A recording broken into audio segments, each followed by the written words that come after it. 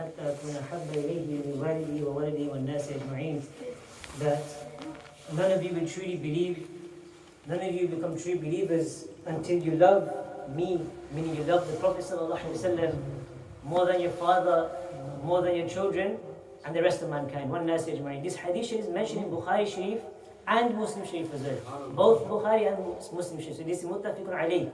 It's one of the most authenticated kind of hadith. So Rasulullah ﷺ, he said your iman, as Qasim mentioned, your iman is incomplete until you love the Prophet ﷺ more than you love absolutely everything in the world. If I was to go into depth about this hadith, our time would finish. So I'll keep it short by saying that Mullah Ali Qari, rahimahullah ta'ala, he mentions about this hadith, he says that, Shaykh Abdul Haq Muhaddis al-Dalwi, radiallahu ta'ala, he says about this hadith, that what it means by loving the Prophet ﷺ is that your life becomes qurban, your life is sacrificed upon the life of the Prophet ﷺ. Meaning there's the rights of everybody has rights. Your parents have rights, your children have rights, and then there's the rights of your neighbors. Everybody, every individual has rights. And Sayyidina Shaykh Abdul Haq Muhaddis al-Dalwi, he mentions that the rights of the Prophet ﷺ are far greater than the rights of anybody else. So first come the rights of the Prophet ﷺ, and then come the rights of everybody else. And you should know that once you pass away, a mu'min should be satisfied.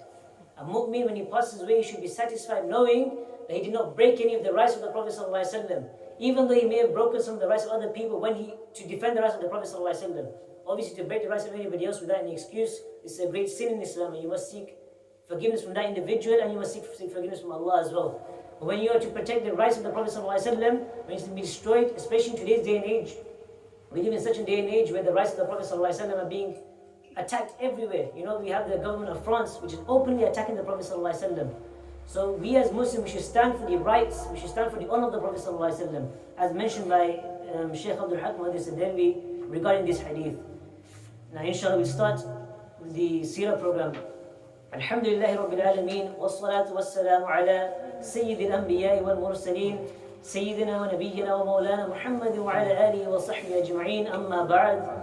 فأعوذ بالله من الشيطان الرجيم بسم الله الرحمن الرحيم إن الله وملائكته يصلون على النبي يا أيها الذين آمنوا صلوا عليه وسلموا تسليما اللهم صل على سيدنا ومولانا محمد وعلى آل سيدنا ومولانا محمد وبارك وسلم صلاة وسلام عليك سيدي يا رسول الله صلى الله تعالى عليك وسلم.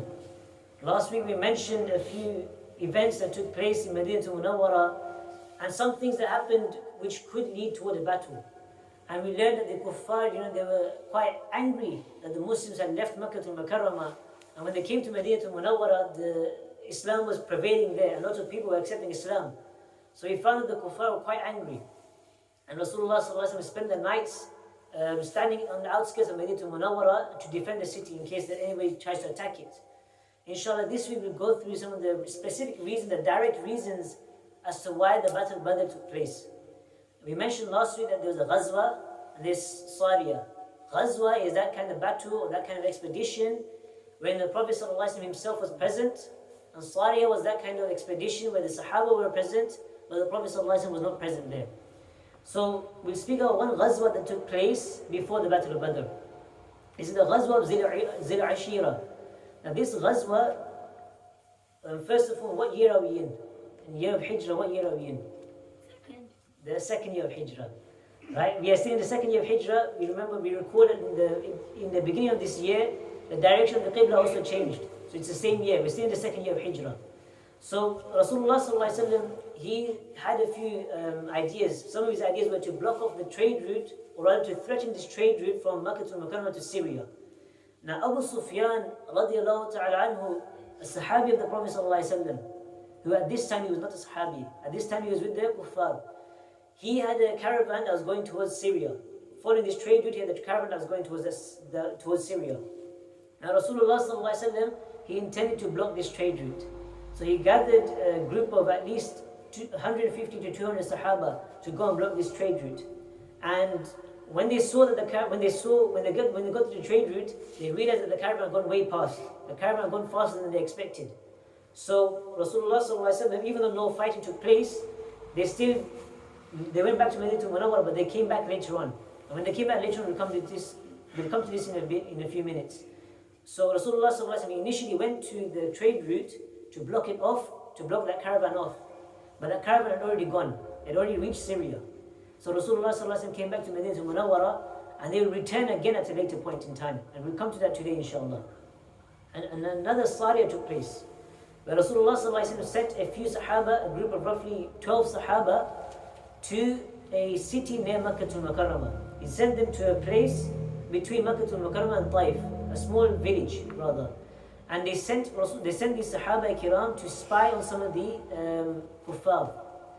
Now obviously, if you're going in between enemy lines, you're going into your enemy's lines, you're going in next to your enemy's city, where you are surrounded by your enemy.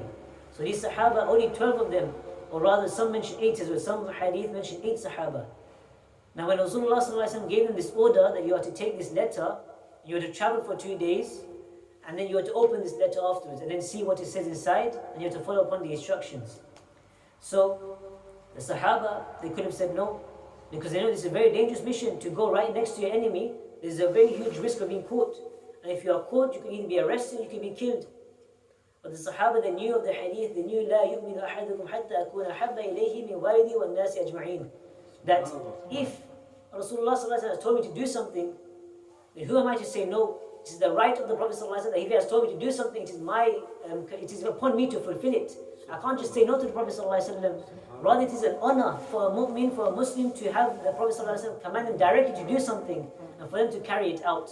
It's an honor for us. If the Prophet ﷺ was to tell us to do something, we shouldn't say no, rather we should be extremely happy, we should be joyful that the Messenger of Allah ﷺ has chosen me to do this. So these Sahaba Kiram, they were very, very brave, and they did not say no, rather they carried out this mission. Once they reached to the village, and the village was called Nakhla, okay, the area between Makkah al-Mukarramah and Taif, a place called Nakhla. And when they reached this place, and they reached it on the last day of Rajab, the final day of Rajab, and just before carrying a Rajab is a very sacred month. And for the Muslims and the Kuffar alike, all the Arabs, they would agree that they would not fight in the month of Rajab. The month of Rajab is a sacred month, and they would not fight in this month. Even if they were fighting already, when the month of Rajab would come, they would stop fighting. This is how sacred the month of Rajab was for the people of Arabia, the Muslims and the Arabs alike. So when the Sahaba came, they reached to the place of Nakhla, they saw that there was a caravan that had arrived there. And by caravan, I do not mean the thing that you attach to the back of your car and it's like a little house. By caravan, back in those days, they didn't have those kind of things. They had a caravan would be when Arabs would travel, they would travel with camels, and they travel in huge, huge groups. And these camels would carry like their luggage, their goods, whatever they had for trading, the camels would carry this. And they travel in huge, huge groups, and this would be called a caravan. The collective group would be a caravan. So there was a caravan that was there in Nakhla, and it had a few prominent members of the Kuffar. One of them, namely, was Amr bin Hadrami, another was Uthman, and another was Hikam. These 3 members of the Kuffar were very prominent members, and they were present in this caravan. Now Sayyidina Abdullah bin Jahash, radiallahu ta'ala, he was appointed as the leader of the Sahaba that were there to infiltrate, or that were there to spy. And when they saw this caravan, they knew that there were 2 options. This caravan, firstly, was very filled. It had a lot of dates, it had a lot of goods. So the Sahabi, he saw that there were kuffar here, and he had 2 options. He was to either return back to Medina Munawwara and risk getting caught and risk getting killed, or he could engage the kuffar there and then finish them off there. This is the 2 options that they had. Otherwise, it's either their life or the life of the kuffar. And after discussing with the other Sahaba, Sayyidina Abdullah bin Jahash radiallahu ta'ala, they came to a decision that they would attack the kuffar. And they attacked. And one of the Sahabi, he shot an arrow. And his arrow, this is very important. The arrow shot Amr bin Hadrami, and it killed him on the spot. Amr bin Hadrami, the first kafir to be killed by the Muslims. Amr bin Hadrami, in this place called Nakhla, between Makkah al-Mukarramah and Taif, Amr bin Hadrami was the first person to be killed by the Muslims. Okay, the first person. And this was a very pivotal moment. And when the rest of them, when they killed, they were arrested, and they took them to Medina Munawwara. And now when the news reached the kuffar, that some of our members, Amr bin Hadrami, had been killed. And when they heard about this was remember the first kafir that had been killed by the Muslims. Up until this point, the Sahaba Kiram were being killed by the Kuffar. Back in Makkah al-Mukarramah, when they were being oppressed, a lot of the Sahaba were being shaheed, they were being martyred. But now this is the first time that the kafir was being killed by the Sahabi. So now the kuffar were enraged. The tables have turned and the kuffar were enraged. They thought that how could this happen? Somebody has killed one of our own. So now they were enthralled. They thought that now we must go and attack. We must go and fight the Muslims. They began screaming, an eye for an eye, tooth for tooth. They began shouting this. And a Sahabi by the name of Sayyidina Urwa bin Zubair, radiallahu ta'ala, he referred to this moment where Amr bin Hadrami was killed. They referred to this moment as the one reason why all the battles during the time of the Prophet ﷺ took place. All of the battles that happened, the Battle of Badr, the Battle of Uhud, all of these battles that taken place, Sayyidina Urwa bin Zubair radiallahu ta'ala says that this killing of Amr bin Hadrami was the sole reason why all these battles took place, was because the kuffar wanted revenge for his killing. So the city of Badr, or rather village, the village of Badr is approximately 80 miles away from Madinah Munawwara. And this village, it is named after, so this village has a well. And the owner of the well, his name is Badr. So the reason why the village is called Badr is because of this person's name. And so, Badr, we know, is the place where the battle between the Muslims and the kuffar will take place. Allah calls this day Yawm al-Furqan. Furqan comes from the word farq. You know when you say farq, there's a difference. So Furqan meaning the day when the truth was established from the batil, when the haqq was established from the falsehood, truth from falsehood, because falsehood was where the kuffar were upon, truth was where the Muslims were upon. And there's another reason the Battle of Badr took place. And I mentioned this earlier on, where the Muslims went to the trade route, and the caravan had already gone. Now the caravan was returning. The caravan with Sayyidina Abu Sufyan radiallahu ta'ala anhu, at that time he was not a Muslim, and the caravan was returning back to Makkah al-Mukarramah. When he was returning, the Prophet ﷺ again gathered the Muslims, they gathered the Sahaba, and they said, let's block off this trade route. And they came to the place, they came to the trade route. And this was on the 11th of Ramadan. 11th of Ramadan. What year? 11th of Ramadan. The year. Second of Hijri. Yes, mashallah. At least we're staying awake. So the 2nd of Hijri, 11th of Ramadan. 2 years after the migration of the Prophet ﷺ from Makkah al-Mukarramah to Madinah al-Munawwara, they took a group of Sahaba to the trade route. And obviously they didn't plan to have a huge battle. So they didn't take many weaponry, they didn't take much armor, they only took a few items of weaponry in case something would happen. But apart from that, they didn't fully equip themselves. And whilst they left Madinah al-Munawwara, a rumor spread in Makkah al-Mukarramah.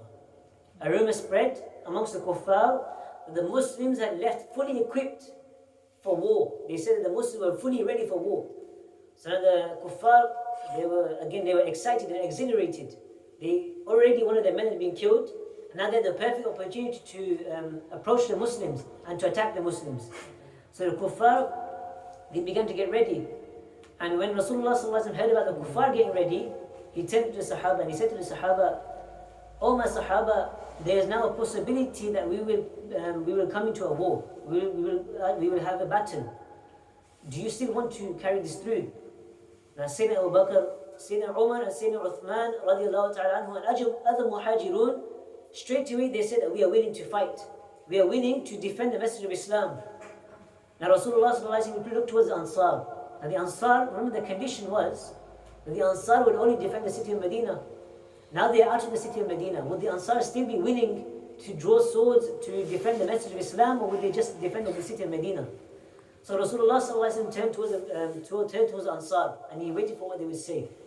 The leader of the Ansar, Sayyidina Sa'ad radiallahu ta'ala anhu, he said that we are ready to face the enemies and we are ready to face the kuffar. And another Sahabi said that we are not like the people of Musa alayhi salam, who said that you and your Lord will fight and we will just sit back. Rather, we will also fight with you as well. So Rasulullah ﷺ, he was pleased at hearing this, and all the Sahaba, they were ready to fight. Remember, they didn't have all their weaponry. They left most of it back in Madinah al-Munawwara. They didn't have all of their armor. They left all that back in Madinah al-Munawwara. Only a few people had it. And Rasulullah ﷺ, when he looked at the army, he saw that there were a few children present, or a few young children present. So he told them, you should return back to Madinah al-Munawwara. Now one child, Sayyidina Umar bin Abi Waqqas, radiallahu ta'ala anhu, he's the younger brother of Sayyidina Sa'ad bin Abi Waqqas.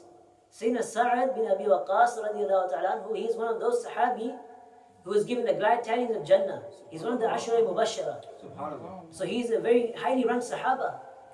So his younger brother, Sayyidina Umair bin Abi Waqqas radiallahu ta'ala anhu, he began to cry.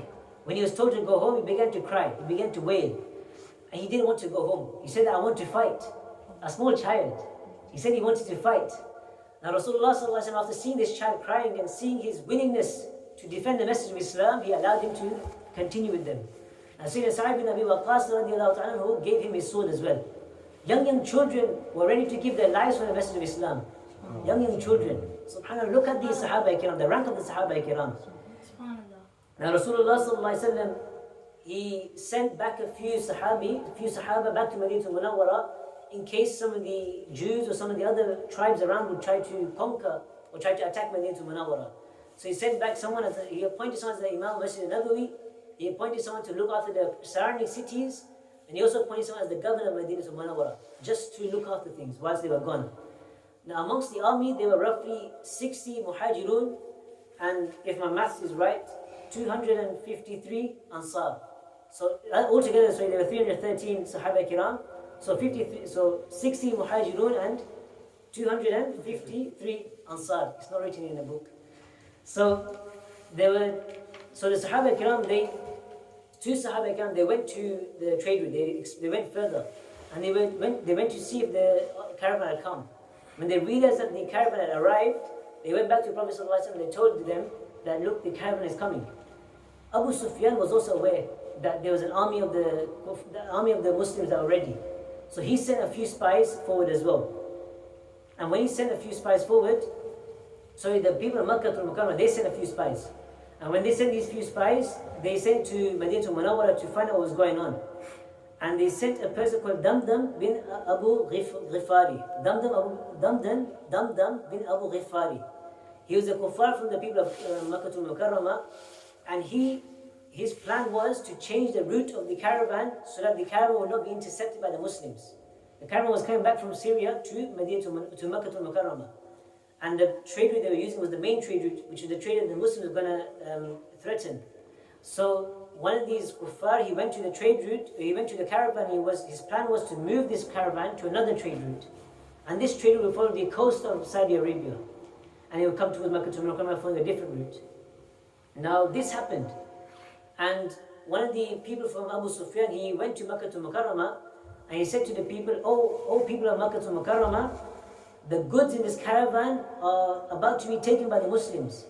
The goods of Abu Sufyan and the rest of the caravan are about to be taken by the Muslims, and they're about to kill your men. So quickly pick up your weapons, quickly pick up your swords and come and help us. Now the kuffar, they heard this. This was the news that they were waiting for. They were thrilled, they were excited, they were like, finally we can come and fight. It's basically for them, the ijazat had been given, the permission had been given for them to go and openly attack the Muslims. So all of them, every single person in Makkah al-Mukarramah, you mentioned that whole of Makkah al-Mukarramah went into a frenzy. All of them were picking up the weapons, grabbing their armor, everybody was getting their family ready, everybody was getting ready. And all the leaders of the tribes, they were also getting ready. And they gathered a huge army.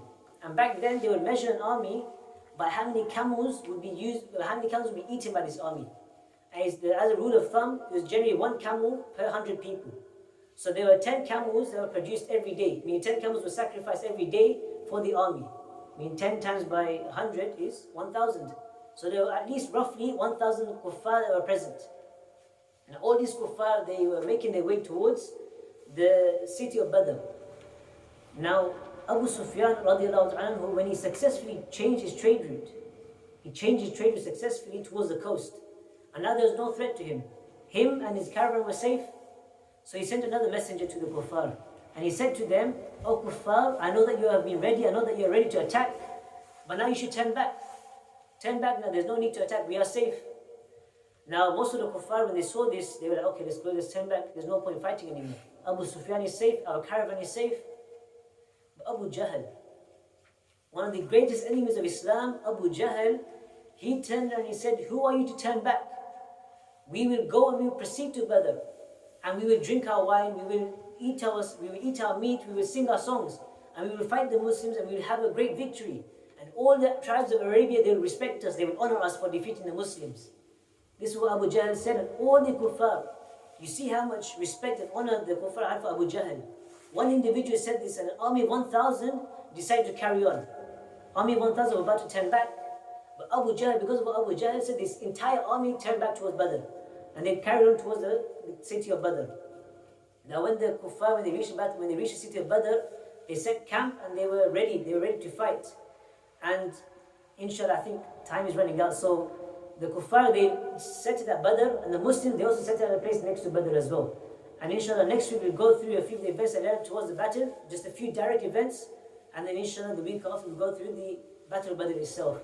وما علمنا إلا البلاغ المبين والحمد لله رب العالمين أستغفر الله أستغفر الله أستغفر الله ربي من كل ذنب وأتوب إليه.